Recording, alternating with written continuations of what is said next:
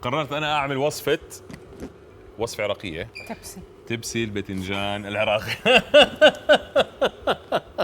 طيب عندي هون الباذنجانات راح اقليهم بزيت غزير لما يتحمروا ياخذوا لون. انت قاصد تجيب البتنجان بتاع المحشي مش الكبير؟ بحب شكله هو صغير صراحه، وبيطلع بتصفط بصير هيك بيعطيه طبقه حلوه بالقلي بالتصفيط بالشوي، لانه بالعاده المسقعه وكده بيتعملوا بتسوى بالكبير. بس بحس شكله احلى عشان البطاطا جبتها صغيره كمان، قلت نجيب باذنجان صغير عشان برضه يطلع كله نفس الحجم. كمان البطاطا انت مقطعها بالطول علشان تبقى لايقه على البتنجان عشان بالطول. تشبه الباذنجان. انت الفنانه شيف، انت الفخمه. فبدنا ننزل الباذنجانات على نار عاليه. شوف ما احلى الغاز تبعنا هلا الغاز بيرفكت. اجيب لك مناديل ولا مش عايز مناديل؟ لا ما فيش داعي. عندي هون عندي هون اوريدي. فراح اجيب هلا نستنى على الباذنجانات ليتحمروا. بدنا نجهز الحشوه اللي راح تكون الطبقه اللي بالنص هي طبقه اللحمه والبصل. راح اجيب البصله. عايز سمنه زيت؟ يا ريت اغلبك. في حوالينا. عايز ايه سمنه؟ ايه رايك؟ سمنه اسكى طبعا. عندي هون بصله راح افرمها ناعم.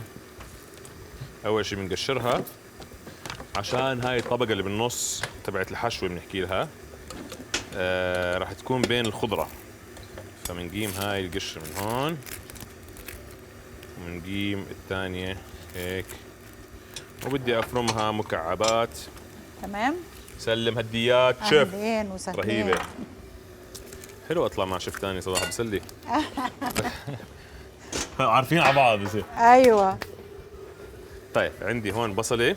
اول شيء رح انزل شويه سمنه نحميها على الزيت على المقلاي بهذا الشكل. طبعا ما حكتر كثير عشان اللحمه. خشب. غلبك.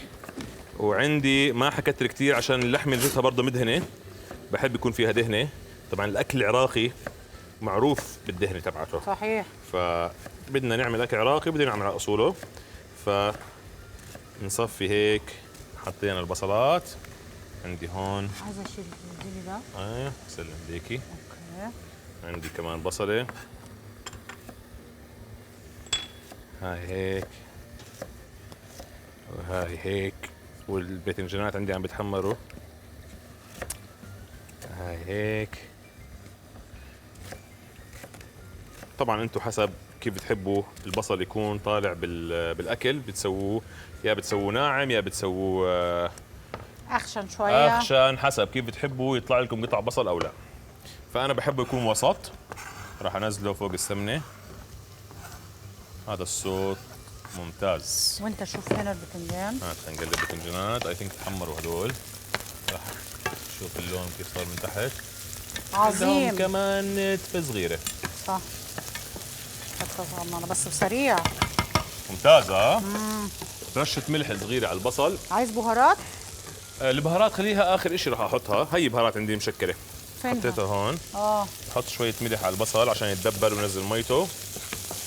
هون عندي بصله هاربه. البتنجانات ما عم بيتحمروا. انا اي حاجه فيها بتنجان بحبها يا اخي. في بعد البتنجان. لا في بحبه. بعد البتنجان. اسمعي، بتذكر اكلت اذكى سندويشه بتنجان بحياتي كلها. طبعا. كانت بالميدان، ميدان التحرير. ست قاعده على الرصيف. قدامها ببور وقاعده عم تقلي بتنجان وبتحط جنبه تتبيله.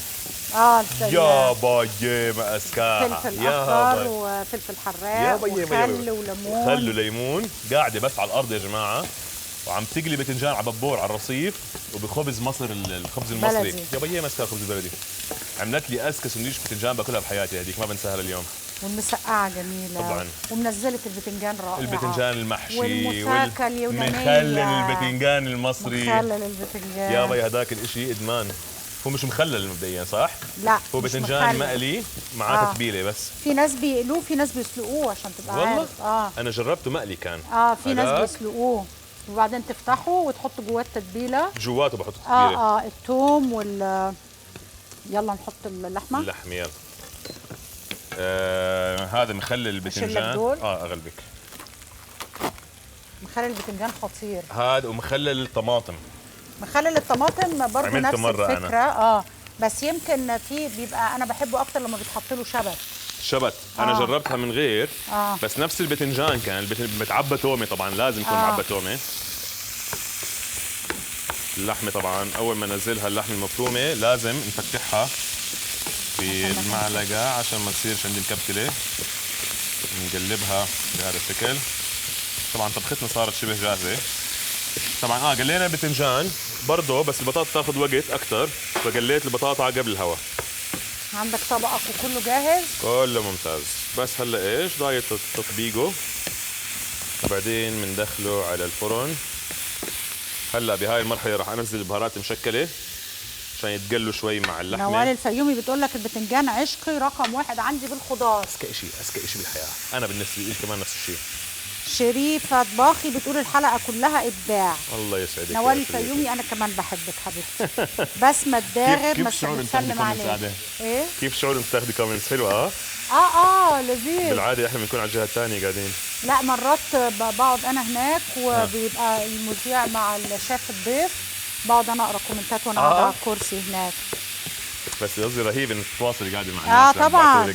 ميسر الخطيب من امريكا، يا اهلا وسهلا بيكي. اهلا وسهلا فيك. كل حدا بيحضرنا من امريكا. ندى صغير هلا اي ثينك صحي من النوم كلهم. بتقول فعلا صغير، بتقول فعلا كله بيشهي. ميسون حدادين من شيكاغو. نوال الفيومي ومريم بوجه تحيه لامي بشيكاغو كمان. بتعمل ايه؟ بتعيش هناك. لا والله. والله. فبوجه تحيه لامي، هلا بكون صحي من النوم. فهلا الدنيا الصبح عندهم. بوجه لها تحيه. يعني ربنا يخليهم لك يا رب. الله يسعدك يا رب. شكرا. طبعا اخوي وخواتي، في اخت ثانيه بفلوريدا واخت بعمان هون تمارا. تفرحي بيهم يا ام صدام كلهم. يسعدك حبيبتنا شيف. بشرى الزعبي بتقول احكي لنا رايك في التقديم يا شفات. بايش؟ في التقديم. انا؟ تقديم الاكل ولا ايه؟ مش عارف. يعني مش حاسس حالي عم بقدم برنامج، قاعد انا والشيف غاد عم نتسلى قاعدين. طيب عندي هون اللحمه يا ستي العزيزه شبه جاهزه صارت، فراح اخليها. نادية عليان بتقول لك من سان فرانسيسكو، حبيت التكنيك انه 2 شيفات في المطبخ. حلو صح؟ تسلي. انا متسلي صراحه كثير معك. وانا مبسوطه برضه. طيب عندي هون اللحمه صارت امورها بس ده طبعا ما يمنعش ان احنا بنفتقد مذيعينا طبعا حبايبنا. ابو الزوز يعني. مشتاق له كثير. ابو الزوز قاعد عم بيحضر هلا المباريات لايف. وسمير حبايبنا. واكيد ساره احمد بتقول دايما منور شيف صدام، بحبكم من سوريا. ما احلاكم، ما احلى شعب سوريا الفخم. مخرج. ام لورين بتقول احلى مساء للشيف غدغوده والشيف صدام الانيق. يلا يسعدك. طيب شيف، شو رح نعمل هلا؟ عندي هون رح نطفي الغاز. عندي هون الصحن رح نقيمه، ننظف حوالينا عشان ايش؟ نبلش نطبق الوصفة. يلا. طيب رح اجيب هدول عندي هون، خليني اغسل ايدي عشان ما ابدا البس جلوفز. يلا. هذا هيك. نغسل منيح وبنرجع مشان انت عارف انا جات لي فترة ايش؟ كل ما كنت اشتغل في اروح البيت الاقي الزيت عامل هنا، زيت هنا. قعدت مش قادره افهم فتره طويله جدا، مش عارفه ليه كل هدومي الزيت هنا. شو هذا؟ احنا مش هنا عملنا نظف الزيت كله اللي بيطلع هنا. احنا بنقعد ننظف البوتاجاز وبتنسى انت الحته دي. اجي انا اقف كده واعمل كده كل هدومي خط زيت هنا. فبقيت دايما لازم اخد بالي قبل ما الحته دي لازم امسحها. صح. طيب يا جماعه خليني اقيم الشوبينج بورد من هون. خلصنا منه هذا ولا رح نحتاجه هلا عشان البندوره. نحطه هون على جنب ونبلش ايش نجهز بالصحن تبعنا. نحط هاي هون. بدي احط اول شيء اول طبقه اللي هي بتتحمل اللحم عندي، اللي هي طبقه البطاطا. بنصفطها بهذا الشكل بقاع الجاط تبع الفرن. طبعا هذا الجاط لازم يكون بدخل الفرن عشان راح نشويها، فبده يتحمل حراره. اللحمه تبعتي بعد ما قليناها راح انزلها فوق البطاطا. متخيلين طعماتها؟ باينه من شكلها شهيه، انه بطاطا ولحمه بعدين وبصل. الفرمه بتاعتها حلوه اللي هي مش ناعمه قوي فحلوه. حطها هنا انا بشيلها. الله يسعدك. شكرا يا شيف. اهلين وسهلين. يا بيي ما احلاكي. عندي هون نرجع للشوبينج بورد تبعنا لوحه تقطيع، راح ارجعه وبنحط هذا هون. بس على السريع راح اطلع بندوراتي. اوكي سيدي. عندي هون راح امسك البندوره مقطعها شرايح. البندوره هاي ما راح اطبخها عشان راح تنشوي عندي بالفرن. فصلصه البندوره راح انزل فوقيها ملح فلفل اسود. طبعا بدنا نملح منيح عشان ما ملحناش لا الباذنجان ولا البطاطا. ومننزل تقريبا عيار كوبين مي مغليه فوق صوص البندوره او رب البندوره. راح نحركها منيح، هذول ناخذهم بندوبها بهذا الشكل. تاكد انه المعجون البندوره داب عندي منيح. بنزله فوق الصحن عندي هون، ما دابت منيح بس مش مشكله، خلينا بنكملها بعد السوا بقى. تمام. بعدين بندخلها على الفرن يا جماعه، درجه حراره 190 تقريبا 45 دقيقه لتتسبك عندي وتستوي، وهيك امورنا بتكون تمام. بدي تحمر البندوره على وجه صحيح.